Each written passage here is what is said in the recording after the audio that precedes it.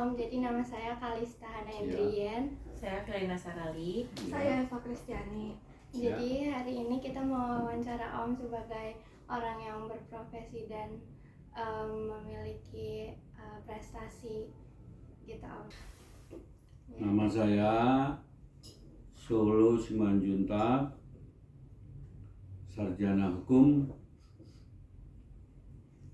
Pekerjaan saya sebagai advokat atau lawyer. Oke, ya, thank you Om. Jadi aku pertanyaan pertama ini ada gimana sih Om waktu pertama kali memutusin untuk bisa jadi pengacara, terus apa juga yang memotivasi Om untuk mengejar karir di bidang hukum? Pada waktu selesai SMA tahun 80 akhir 81,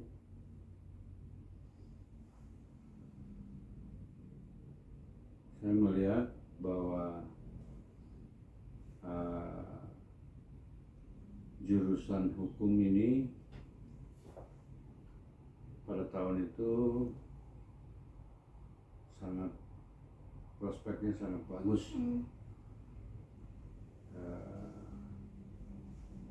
Dan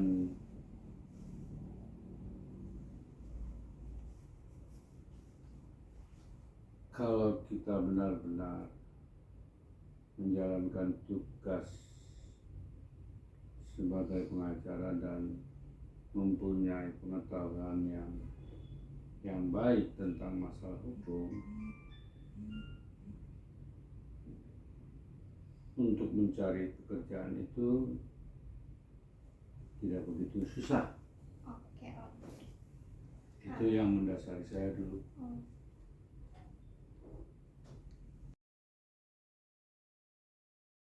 Tantangan utama sama Om mengejar karir sebagai pengacara itu?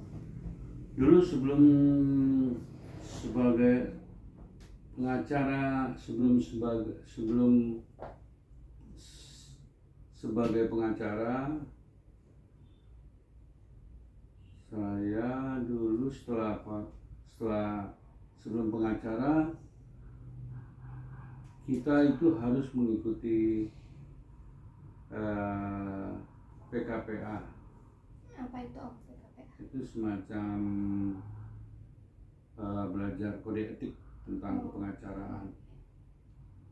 Nah, setelah lulus itu baru nanti kita disumpah di pengadilan tinggi. Disumpah, disahkan menjadi pengacara. Kalau Om dulu mendapat sumpahnya itu, dapat pengacaranya, izin pengacaranya dari SK Menteri. Oh, SK Menteri. Iya.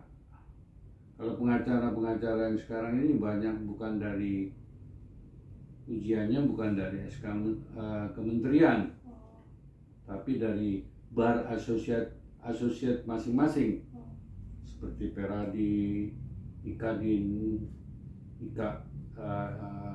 KAI, ataupun bar-bar asosiasi yang lainnya. Jadi SK Kementerian tuh kementerian apa gitu? Dulu dari SK Kementerian Hukum. Oke. Gitu. Nah, setelah saya dapat SK itu juga belum langsung saya dapat pekerjaan menjadi lawyer di suatu perusahaan atau bank atau finance, tidak. Saya waktu itu dapat pekerjaan dari salah satu finance leasing mobil.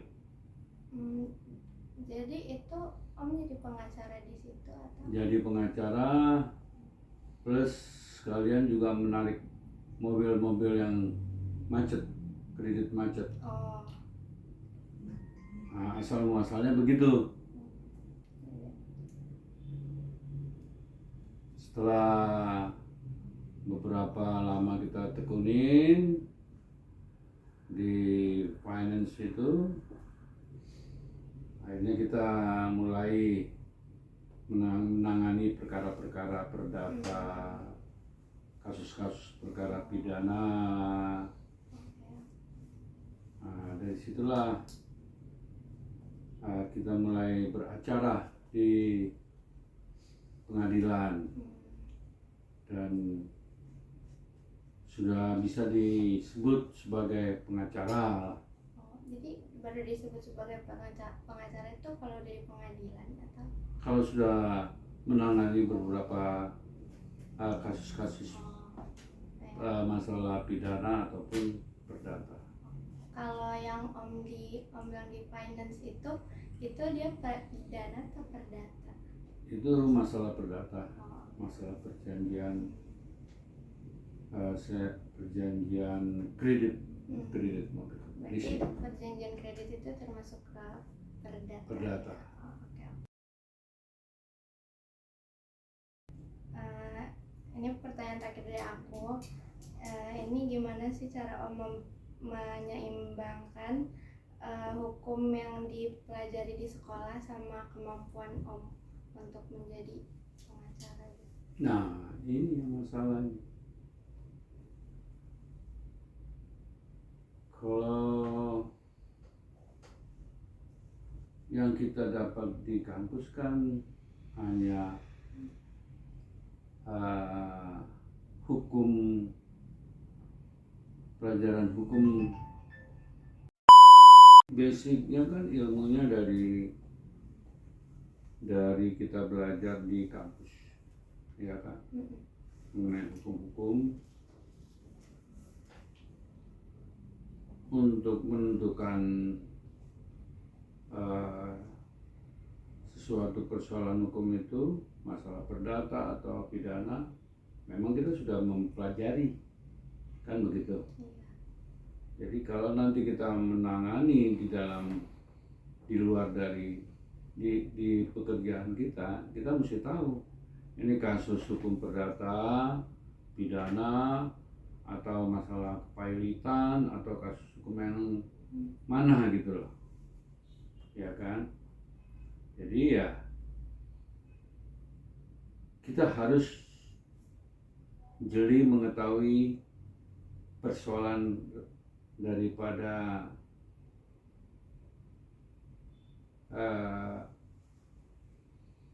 klien yang membawa persoalan kepada kita untuk minta ditanganin. Kita harus tahu dulu masalahnya. Berarti kita analisis gitu ya? Harus kita analisis dan kita buat satu resume kronologis, dan itu juga harus diungkapkan secara jujur daripada calon klien itu gitu loh. Berarti kliennya harus ceritain semuanya, faktanya gitu ya? Iya, gitu. Ya.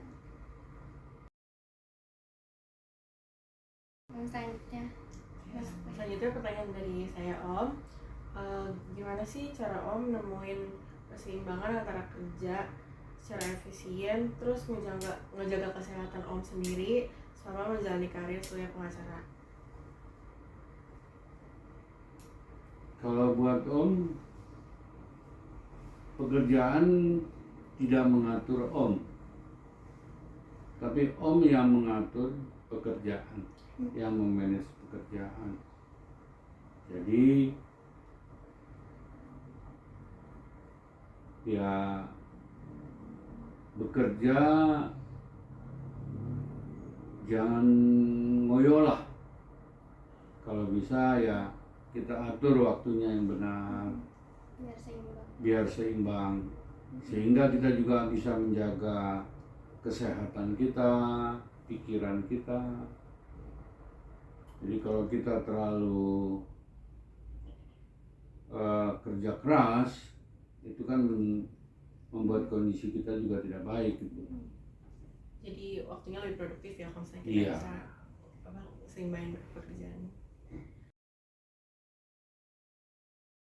Selanjutnya nih Om, proyek apa sih atau kasus apa yang paling berkesan bagi Om selama Om jadi pengacara?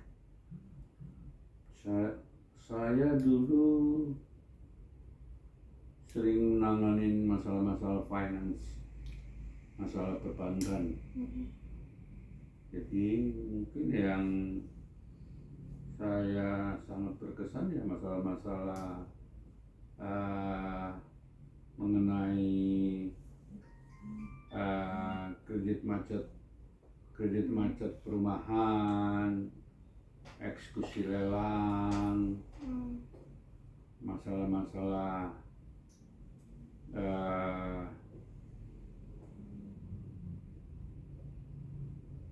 bad debt kredit lah, kredit perumahan ataupun mobil atau gedung-gedung. Jadi itu Om urusnya yang kasus orang itu ke perusahaannya atau perusahaan itu ke orang? Jadi antara pribadi dengan bank.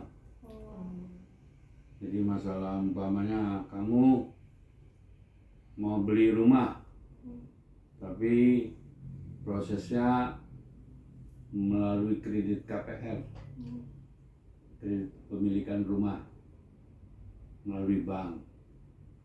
Nah ini kan nanti kalau proses kreditnya jalannya bagus, ya bagus.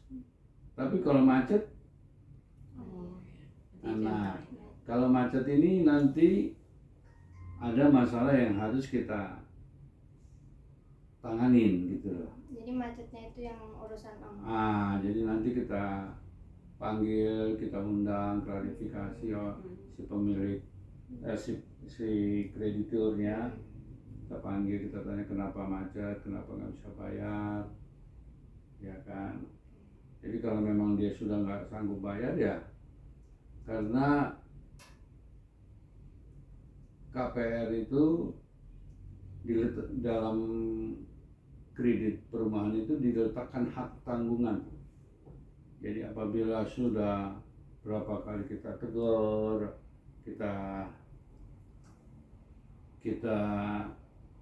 mintakan supaya diselesaikan dengan baik-baik, tapi si pemilik rumah tidak bisa membayar kreditnya, terpaksa kita harus lelang, kita eksekusi rumahnya, eksekusi sesuai apabila untuk dilelang nantinya. Apabila dari nilai rumah itu ada kelebihannya, kita kembalikan. Gitu. Tapi kalau cuma pas-pasan ya terpaksa dia tidak dapat apa-apa.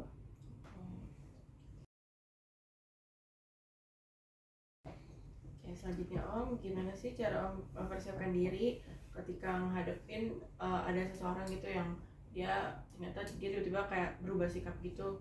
Awalnya dia jujur ke Om untuk tentang satu kasus, terus tiba-tiba dia kayak misalkan nggak jujur terus bohong gitu, itu gimana Om? Ya,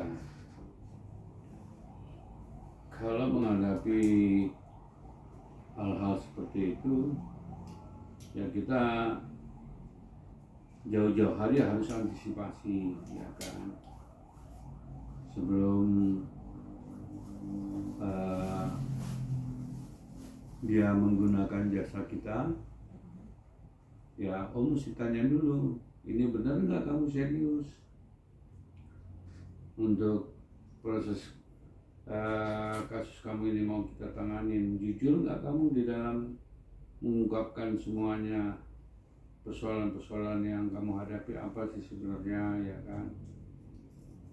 Jadi kita harus pintar-pintar menganalisa orang gitu ya Om, pasti Ya. ya nyampein. Ya, jadi kita juga sebagai pengacara harus jeli mempertanyakan dan menganalisa kronologis kasusnya, dan harus lebih banyak bertanya juga dengan si calon klien ini.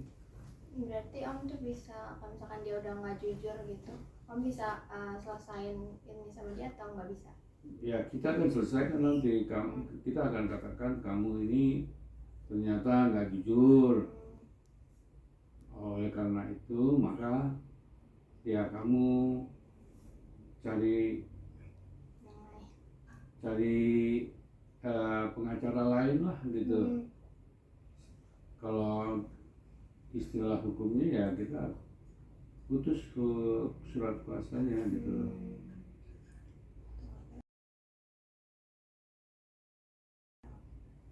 Oke Om, selanjutnya ada pertanyaan dari aku.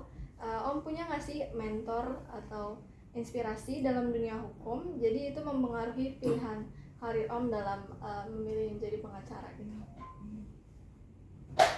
Mentor saya sih ya hanya Tuhan kali ya. Ya, keren Om. Itu Ya kan? Tuhan. Panutan Kalau besar. kita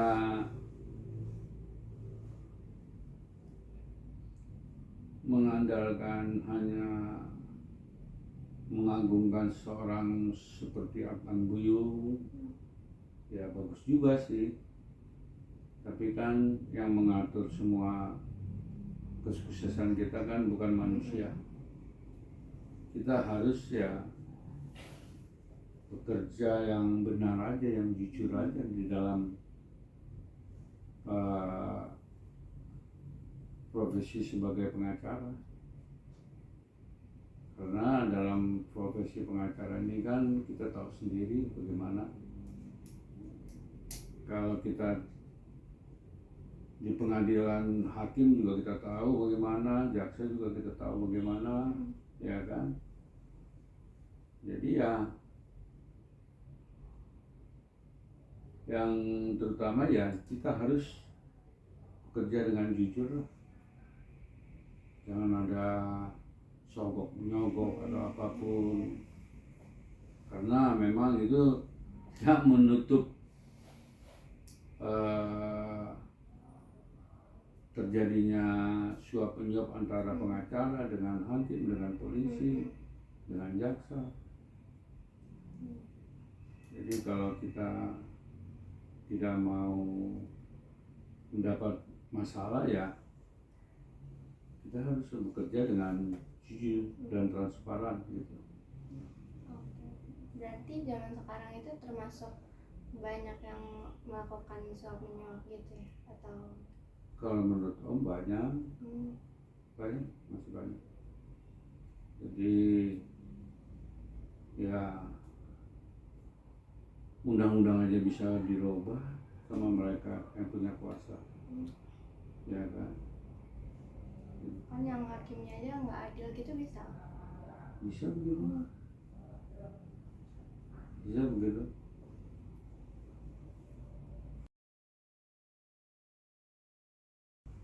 Oke, ke pertanyaan selanjutnya Om. Bagaimana Om merencanakan untuk terus mengembangkan diri dan keterampilan setelah lulus dari sekolah hukum? Ya harus banyak belajar, ya membuka wawasan lah dengan sesama kawan-kawan pengacara, saling berkomunikasi, saling tukar pengetahuan.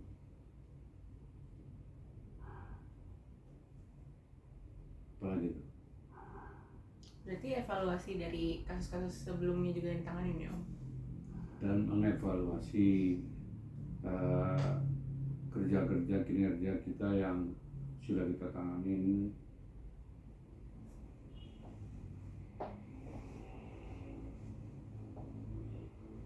Itu kira-kira. Oke, ke pertanyaan selanjutnya. Apa saran yang Om berikan kepada siswa hukum atau calon pengacara untuk mempersiapkan diri dengan baik untuk masuk ke dalam dunia praktik hukum? Saran saya, belajar dengan tekun, ya, belajar dengan tekun, jangan hanya sekedar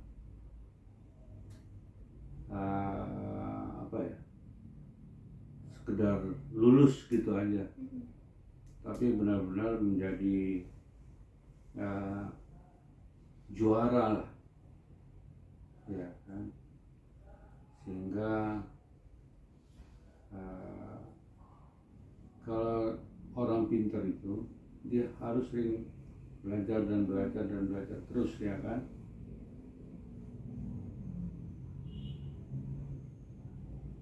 Jadi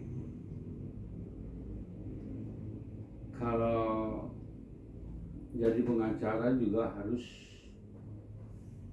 ya, apa tadi pertanyaannya? Itu Om, apa namanya?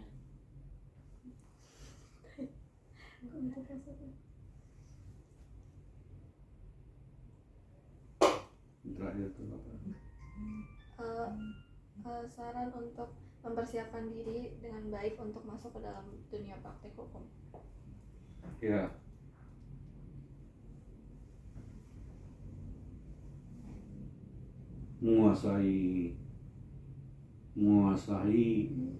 menguasai apa yang dipelajari selama sekolah di Fakultas Hukum dengan baik ya, dan pintar ya.